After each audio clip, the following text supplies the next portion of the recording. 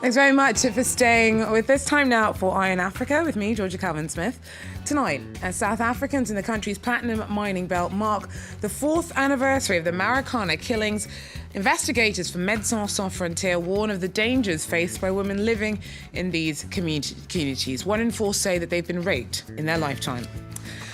The day after his electoral victories announced, Zambia's president calls for calm as supporters of his rival take to the streets. Edgar Lungu reminds the country he won't be inaugurated until a legal challenge to his win is settled. And Gabon's main opposition parties have thrown their weight behind former Foreign Minister Jean Ping as their candidate in upcoming presidential elections. Well, South Africa's opposition slammed the ruling ANC for doing little to change the lives of those affected by the Marikana massacres of 2012. Tuesday marked the 4th anniversary of the police killing of 34 striking miners. Thousands of people turned out to commemorate the lives lost in the country's worst police violence since the end of apartheid. Officers opened fire trying to break up a wildcat strike at the Lonmin-owned platinum mine. Since then, nobody's been prosecuted. Living conditions remain dire, and many miners feel what happened has been turned into fodder for political rhetoric.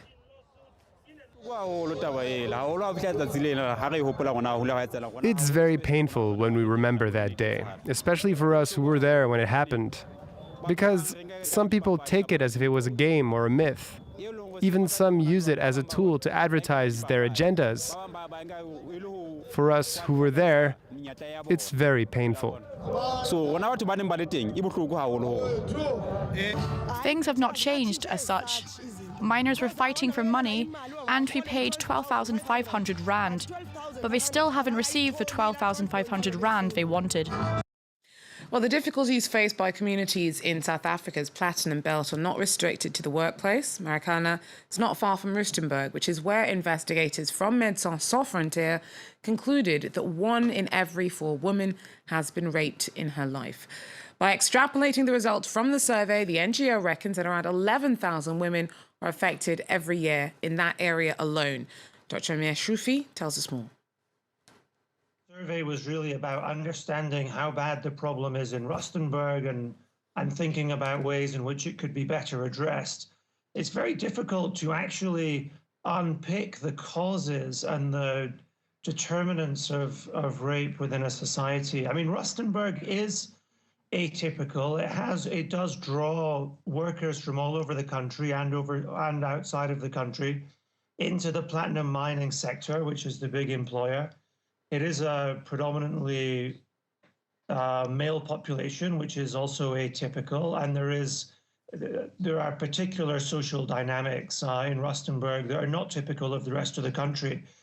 But it's very difficult to unpick the exact causes. I mean, there is rape occurs both within the family and within the context of a relationship, and it also occurs outside of that context. So there are particular informal settlements in and around Rustenburg where security is a particular issue, and that may also play into the risk of women being raped.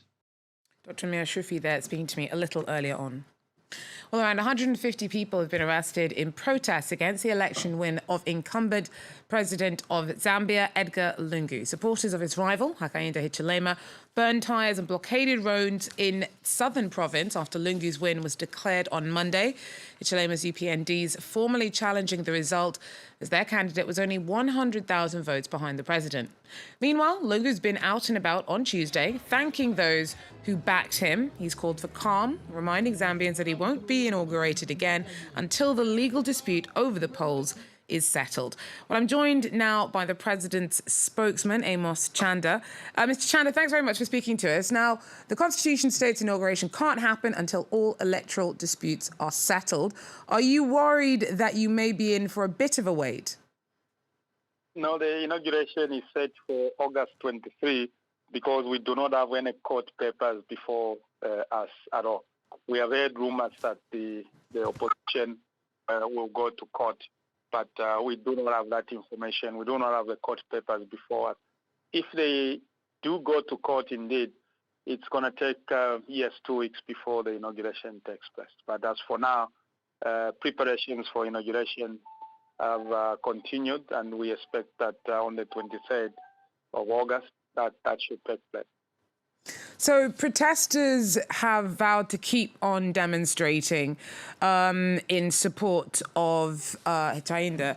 So bearing in mind the uncharacteristic arrests seen in the run-up to last Thursday's vote, do you feel that the closeness of your victory might cause problems going forward?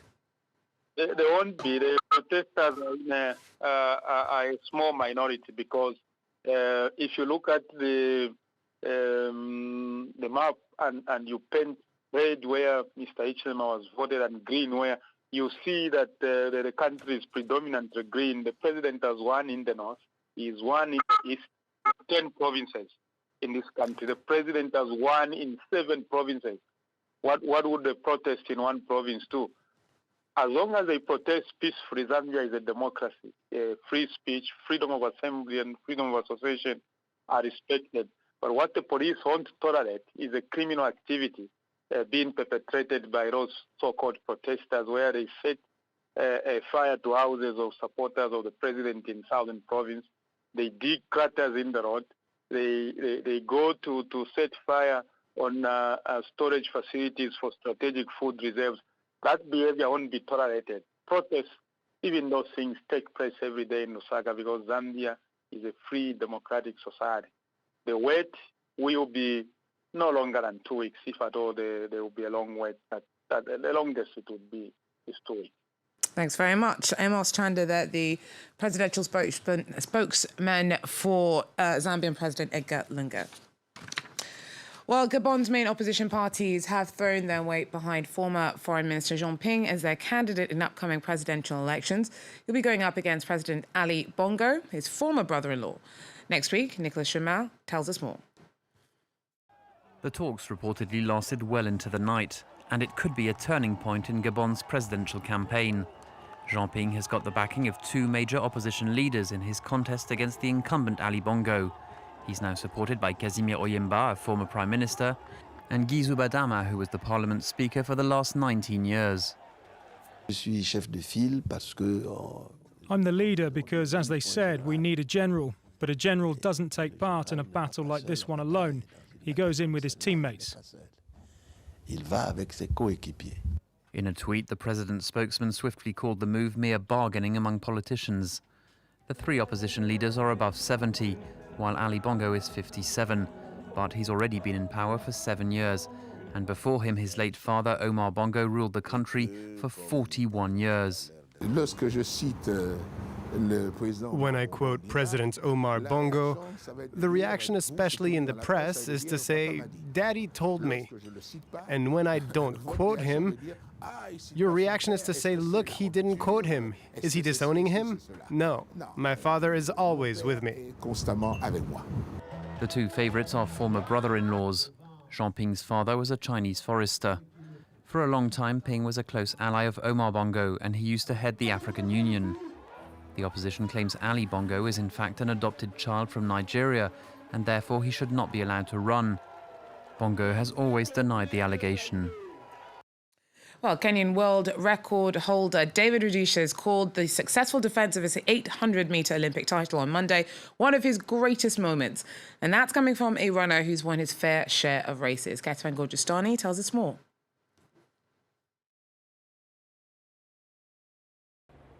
David Rudisha, the king of the 800 meters, holding on to his Olympic crown, becoming the first man to win back-to-back Olympic gold medals on the distance in more than half a century. The Kenyan, who is also the defending world champion and who holds the world record on the distance, finished in season best of 1 minute 42.15 seconds. Rudisha, who started out the race in the back, taking his time as fellow Kenyan Alfred Kipkemei Topcutter shot out in front, hitting the 200-meter mark in an astonishing 23 seconds. But Rudisha stood back in second place, using his experience before taking the lead in the final 300 meters. And then it was clear that no one would be able to catch him. Rudisha, who finishes meters ahead of his main rivals, Algeria's Taoufik Makhloufi and the American Clayton Murphy. A great achievement for David Rudisha, who's been plagued by injuries in the past couple of years.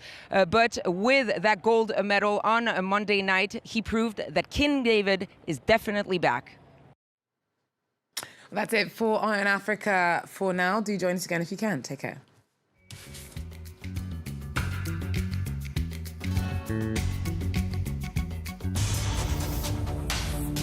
You love watching France 24 in English. Analysis from France 24. I'm Mark Owen. These are the main world news. To the border with Algeria. Huge lines since this morning to answer that question. But France 24 is also available in French. 14h à Paris, bonjour à tous, bienvenue si vous nous revenez sur France 24 Paris. And Arabic. شعبية هذا الباب القادم من أمريكا الجنوبية في ازدياد Also coming up. Featured on cable and satellite systems and online media in France and across the world.